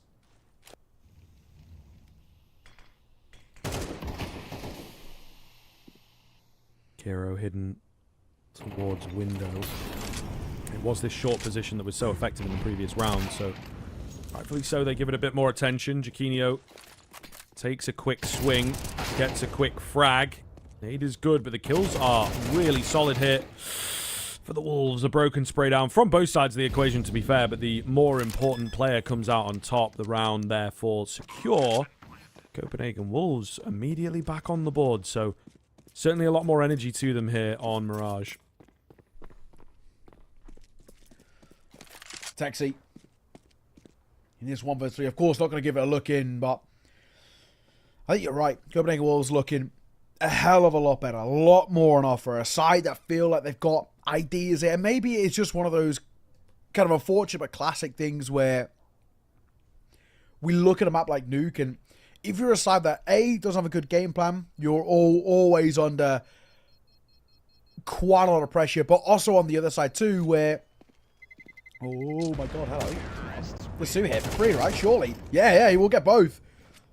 And there's no one to trade around at the end. So making it expensive, Texie, you'll take that. But come on to what I was saying. I think if you're a team that, you know, A, doesn't have a great game plan, or it's not a super strong part of your map pool, Nuke is a difficult map. But they're also playing with a new player, whether that's a stand-in or a full-time replacement of Matthias coming in for Andu.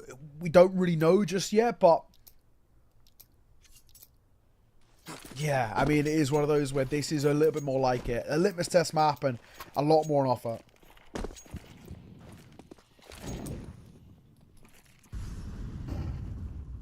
Yeah, just a case of whether it keeps going and whether Rush B are able to turn things around. Shane just about survives. However, they will chase him down.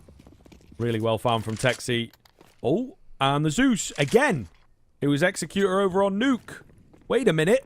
The flashbacks are coming in. That was like a solid anti-eco round as well. There is an AK in play in this one, to be fair. Has just been taken down, but things looking messy again. The Copenhagen Wolves could be 2 for 2 in the series on full ecos here. And it might just be the case. The bomb is no closer to a bomb site. The numbers are not looking good. Rush B have got this one in the palm of their hands.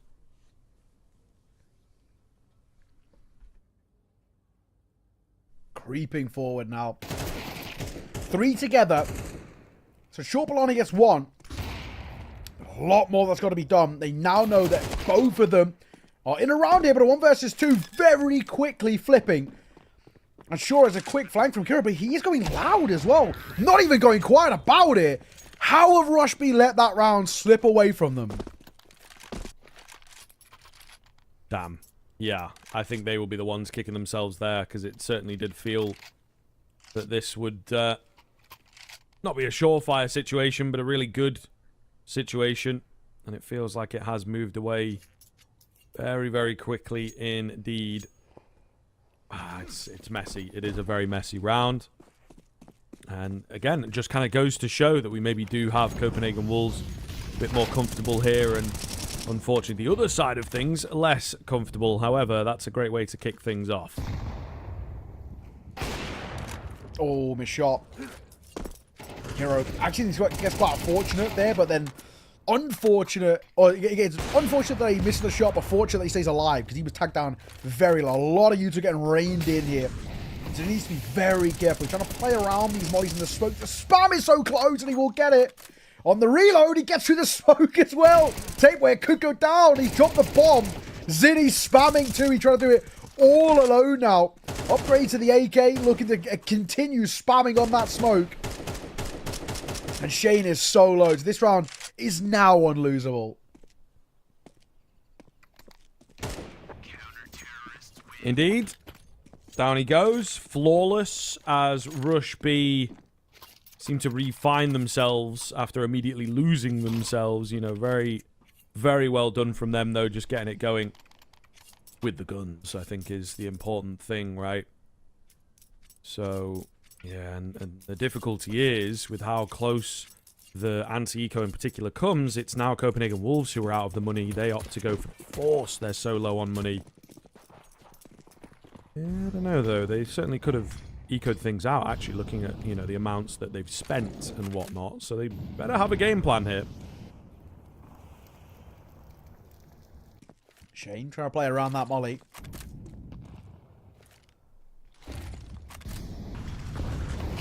He's out though. He's flying forward. He will go through the flames and take in a decent amount of damage and then gets immediately dispatched by the orb. Yeah, you know, that's how it goes. Sometimes you got to be the first one in. Sometimes you got to be the man to absorb all the bullets. Mathios is the only one that's found a kill here for the Copenhagen Wolves. So Forspire has gone sideways. It's a pretty good opportunity for Rush B to take control of things, take the lead, and then bring it down to that sort of one-round shootout at the end of the half. Because, yeah, you see they don't have the money here. I'm not so sure, man. I'm not so sure. They couldn't really have gone down the middle. If they were going to eco the previous round, it would have to be like a hard eco. And then you are maybe lacking bits and pieces, right? Lacking bits of utility into what would have been the buy here. So I'm not fully against it, but it does just feel not even getting the bomb down. It ends up being quite a costly round. Yeah, it has to be said. Tough for Copenhagen Wolves, and it will give Rushby just a bit of a leg up in some way. This round should be clean, and if they can just snipe away a lead right at the end as well, that'll massively help for them. Going to try to send out towards mid. We've got just Glocks across the board, no util, no armor. I feel like in this sort of situation, maybe just getting one flash would be kind of nice. Give you a pop, see if you can overwhelm somebody, get a gun, but they're trying to go in towards mid with Glock, so it's pretty unlikely regardless.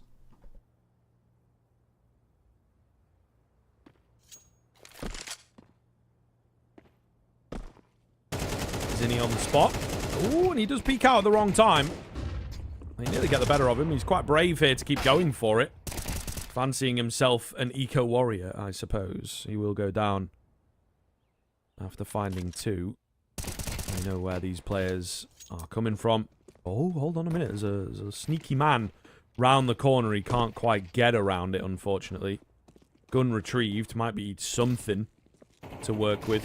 Tapeware on the headshot angle, but yeah, they're just starting to surround him now. 25 seconds. Definitely wants to go down here. Damage doesn't really matter, you know, so on and so on. 6 rounds, though. It will be at least even at the half. It's all a question of whether Copenhagen Wolves keep this one together. Yeah, well, you know, at least this one's been a little bit more competitive, back and forth. It's had a bit of a fight behind it. If we can get a 7-5 though out for Rush B, I still think they're pretty happy. I still think they're actually looking at this and saying, okay, you know, it feels a lot better. We've still got a decent leg up. The pistol rounds actually look quite clean as well, so that's always going to help. And we saw the pistol rounds stuff at this one as well. 4 kills in a matter of a second, if not less. So, Rush B have got good ideas up their sleeve. Copenhagen Wolves, it's still, well, it's been better. I think it's still about convincing us what their level is at right now. AK's out across the board. Decent amount of util as well. So, good spot, sure. And mid control, which has been such a standard for Copenhagen Wolves. This time will be at least slowed down momentarily with a smoke from Executor. But he's about to face an onslaught. Oh. Looks away. Blinded up. Peeks back in. Nearly double spray downs his crosshair in the right place. It would seem Kiro overwhelmed. Still got a player at the back end of this B-bomb site as well. Just paying things. They are ready for him. He will be spotted out. Can't get the double. So it's still even. It's been very, very tit for tat here throughout this round. And there it is again. Kinky, however, is on a very, very quick flank from the apartments. Not going to be expected at all. Spots out Shane quite easily, who is none the wiser. Down he will go, and the half looks good in the end. Rush B to take things 7-5. We will find out. Is it going to be a 2-0? Are we going to require a third? But we got to take a break first.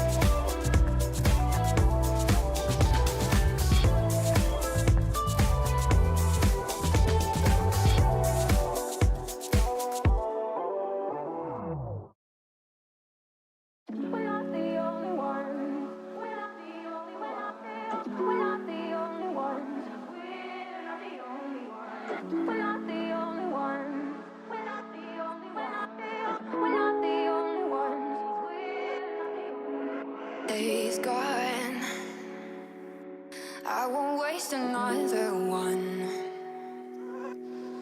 Oh, that darkness, it won't set me back again.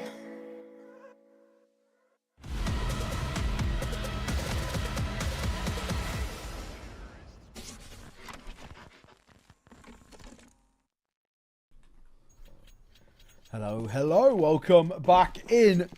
7-5, honestly, much better. At least we have, a bit of a competition here where we are starting to see, sort of the level, I guess, of what we can get from both sides, and much more about Copenhagen Wolves. But this has been good for Rushby. Yes, we'll see if it continues here. Glock will open up. Trade is there. There's quite a few members on the bomb site, but unfortunately, none of them getting any kills, in fact. Chiquinho was on that mid angle. He's left very, very low, so Shane going to have to do a lot of work here. Does manage to find first. Oh, on the way in. That second is quite nice as well. They've got info spotted. Quick headshot. Meanwhile, from Texi, a wide swing from him is indeed brave. And it's going to leave Executor to do it all. He's had a very clean game himself. 13 and 7. Ooh. And his sense of timing, his accuracy is all that is required. A big, big pistol win for Rushby. Needed as well. Extend the lead. Give yourself a bit of comfort. Give yourself a bit of control as well. You're pretty happy with where things are right now. So, yeah, that was very, very important for them to be taking. I think not only just taking it, but in the fashion that they did as well. Yes, it comes down to the wire, but it once again reinstills a lot of confidence. We've got good ideas. We've got good executes, good plans, and we can make them stick. And it's going to give you, of course, the economic advantage in the early part of this. So, they're pretty happy with where they're at. Just a case of, can they, of course, now start to chain a few together. This one should be easy. I mean, take where, he's heard the steps here, but still a Mac 10 on the other side.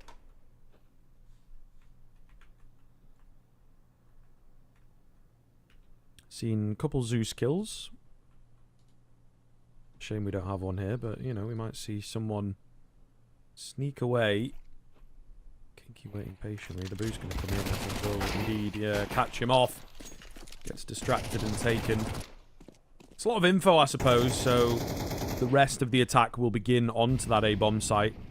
Still somewhat weary. They will take their time with the execute. Decent damage onto Executor, but not the finish that they were looking for. That really would have made a difference if the Deagle began to sing. Bomb plant's been delayed for now.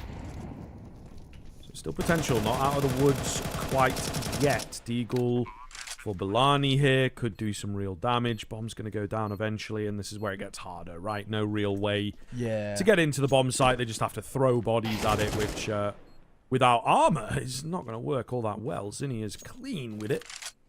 They are looking for exits, looking for a save, whatever kind of logic they want to apply into this. I think given the buy in the next round, they will just commit to those exits.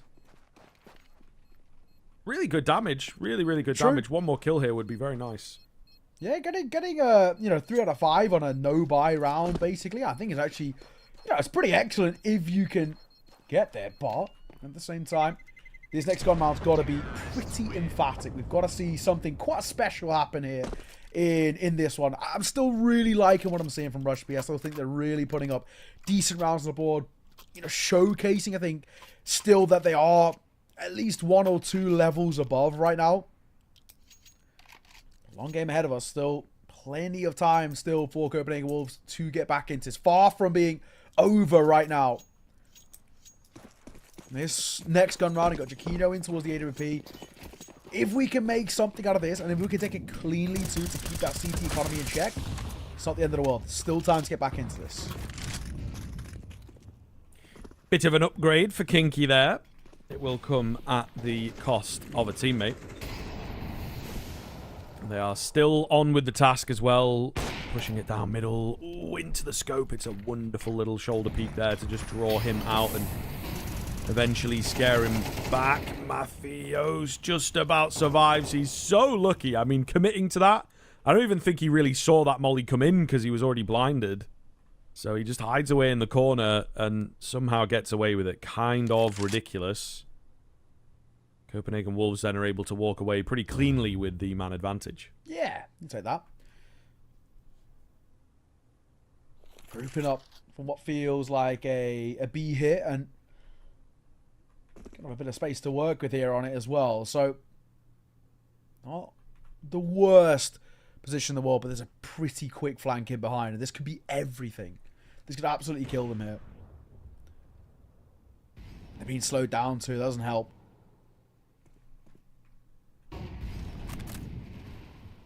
Bellani. He's in a very good spot. He has been seen, though. Oh, and the fight goes the way of Executor, so could make a bit of a difference. We got the double flank, though. They never expect the double flank. Very, very smart moves indeed, and it's looking good. Kiro, the only one left down below. Got 3 to take. Sets his crosshair, but just cannot land the shots. And Copenhagen Wolves, maybe their last chance. Maybe their last chance to stay alive in this game. If that one had slipped, it could have been disastrous. So they will indeed take it. I think getting a bomb down out of it definitely sort of, helps a little bit. I think it still gives you some money to work with, some position of, okay, we still get on towards the side, we can still get space. But it's good that Copenhagen Wolves gun round coming back in and they immediately put pressure right back on. That is definitely going to help the occasion and help the feelings, I think, within the side. 3-round buffer to try and recover from. It's a long, long road to recovery in a sense, because you have no room for error, really. You cannot afford to let things slip sort of for nothing.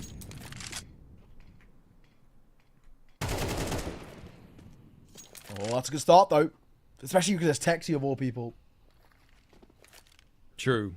It's a decent name to be taken. He's not quite flying to the top of the scoreboard, but definitely helps. Fade in the shots felt very, very close.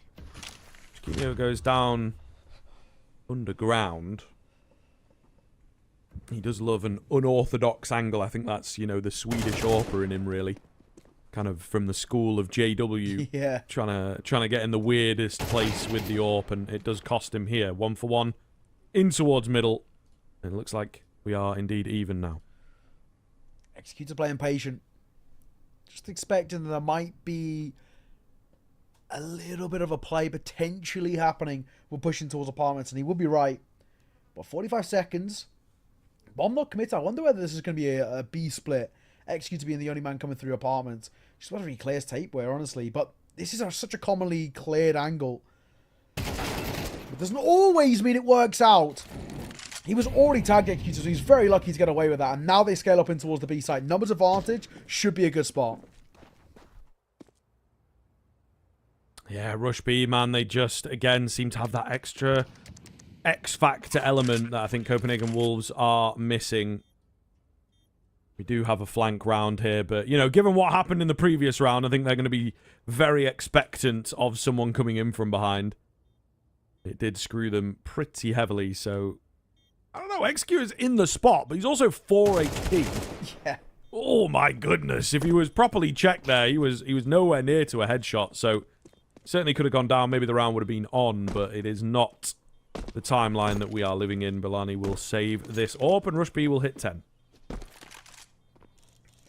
Bellani keeps hold of the AWP. That is that only silver lining that you can really, I guess, talk about in a sense. But again, still getting to the point of being, a little concerning and a little bit worrying. Not a lot of time left in this for Copenhagen Wolves. We have got to get going. Do have money to work with around that saved AWP. It looks like they're attempting with at least, it looks like a full buy, but then I say that, it's one guy full buying in Bellani for the M4, and the rest of the team is taking a half buy. So an interesting economic decision where it's not like the whole team committed on the same sort of, ground in a way. But starts well, Chiquinho, nice opener. Zinni, meanwhile, on a contact out here, needed that kill. Matthias, I think, was looking to sort of work off of his teammate there, so not a nice place to be. Sandwich with a USP, no one around to support. Yeah, it doesn't feel too good. He actually does manage to get a dink off down there, so might come back for the M4 in particular. Oh, barrel! The panic. Spotted. Kinky was none the wiser and just got jump scared by the barrel. There's a team kill in there. Rushby trying to do their best to help Copenhagen Wolves get into the site, but it is not good enough. And thus, 11 comes in. Rushby looking to close this out 2-0 then. Yeah, and you would say as well, in kind of a vein, that it is deserved in the sense that we've seen from Rushby. They've just, obviously in towards this map, while it has been closer, they've just kept a step ahead, and enough of a step ahead that, it puts them in a really, really comfortable spot. And it's unfortunate when you look at it on the flip side. It just hasn't been enough. Copenhagen Wolves one spotted there. It'll come through, but Texi doesn't want to stick around to find out. I think that is the right call. Back down towards lower. Bomb not committed either. They're just going to test the waters in towards mid. And this is something that Rushby have been doing very well. Moving around the map, seeing where the gaps are, and then using them to their advantage.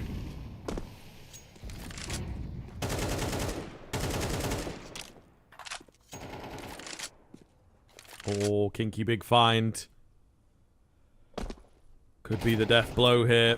Ooh, Shane trying not to go down. An awkward spot for him to be in. There is a trade here out towards short. It's not enough. It's nowhere near enough. These 1-for-1s are not going to work. It's all down to Jaquinho. Once a very, very hot prospect. Now a journeyman of tier 2. Looks to once again save his team.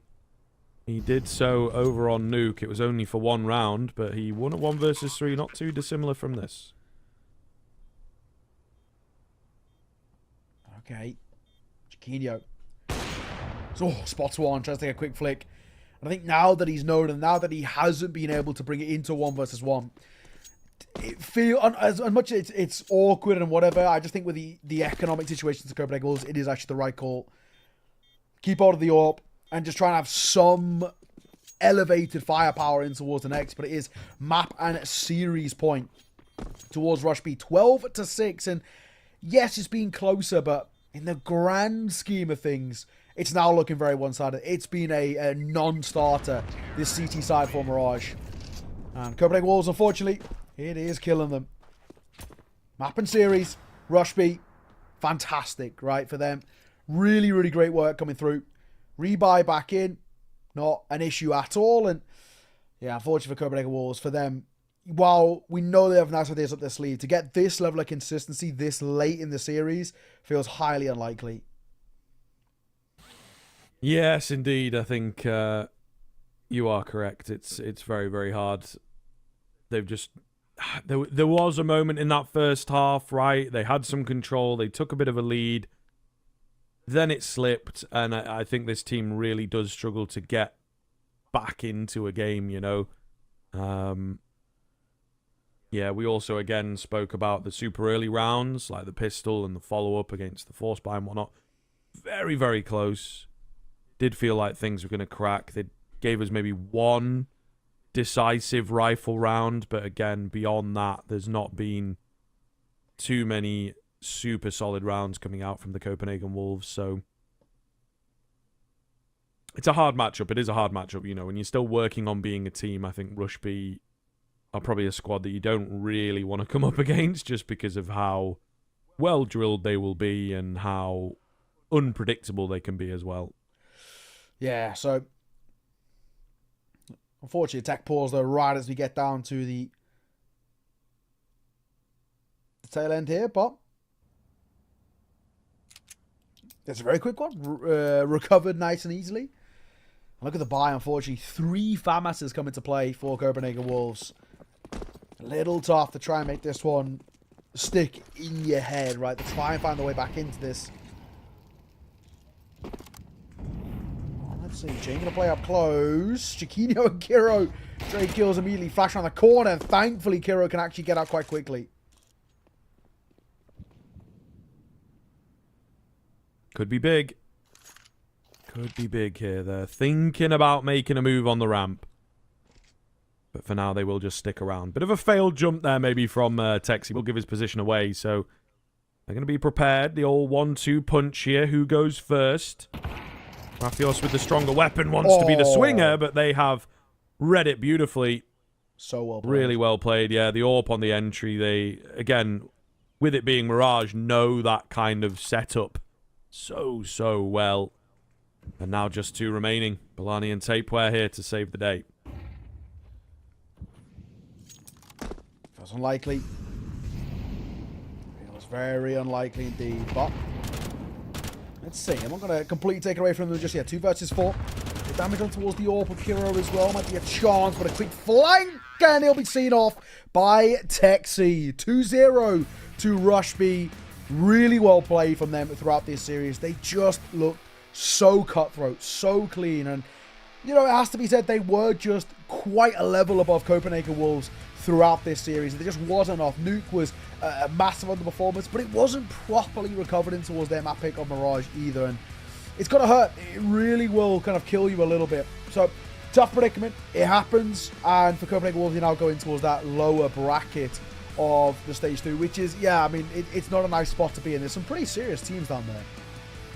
Oh, absolutely, man. It really is a scary place to be, you know, with the way that the low seed and the high seed kind of works, right? It depends on where you're placed. And in reality, say for Copenhagen Wolves, they were 3-2, so were Sinners, and the decision's been made on round difference, you know. So it is quite harsh, and it's not like we've got teams down in the lower bracket side of things, lower seed side of things that are objectively worse. So yeah, every game is going to be work for these guys, and I think Copenhagen Wolves just did not show up this evening. We'll check in with Texi though and see whether he was able to show up this evening, and I'd say so. I think that's pretty good, right? First map was kind of about him. Second map, less so, but still looked good, right? Still managed to make his way into the top half of the scoreboard and everything, which is what you are after. I think just a few frags behind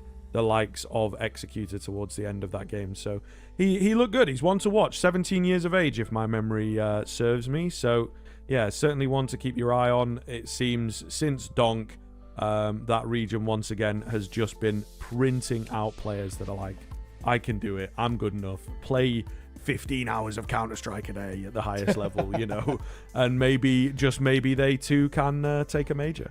Yeah, exactly that. So super well done from him individually. I think as well, it's a good thing that we do also see just the rest of the team step up and show their level. And this Rush B side actually have a lot of talent around them, and it's super sick to see. And unfortunately for Copenhagen Wolves, while there is some names there, today just was not the day. I do think Jaquino had a nice couple of moments. Map 1, he was the only real player who kind of stepped up in any sort of vein, and in towards map number 2, again, he also looked very solid, but unfortunately, he couldn't be the one-man army to completely take over. It happens.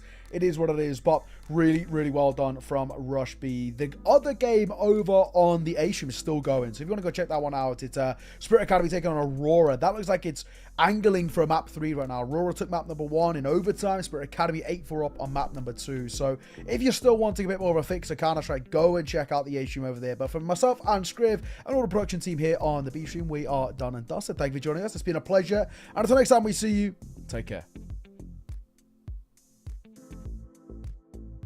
Think you've seen it all? With Faceit Watch's Point of View Selector, you can experience the game from any pro's perspective. Use the multi-view feature and customize the stream with up to 4 angles. Control what points you see while earning rewards. Drops are activated and lucky winners will receive Faceit points. And if you ever miss a match, VODs are now available. Get instant access to demos with multiple POVs and commentary. Watch it, control it, Faceit.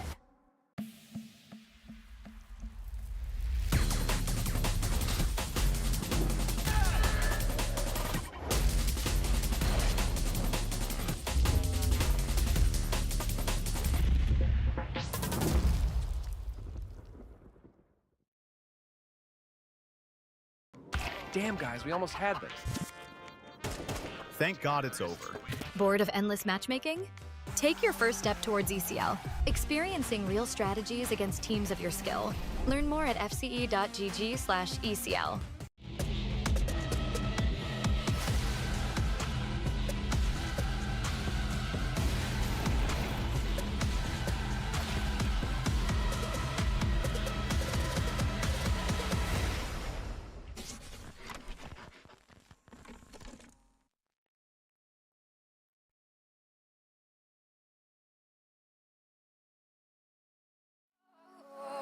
asleep or awake. I won't let the future escape.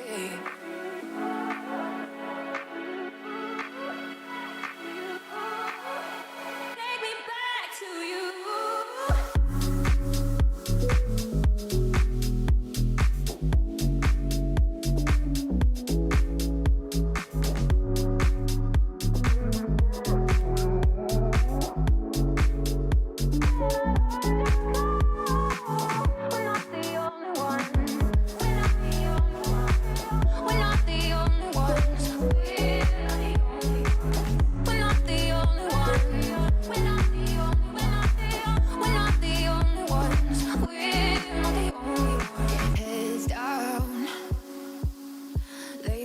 Just shake the ground. Oh, this lightness, it will fill the air around. Oh, I'm not asleep or awake.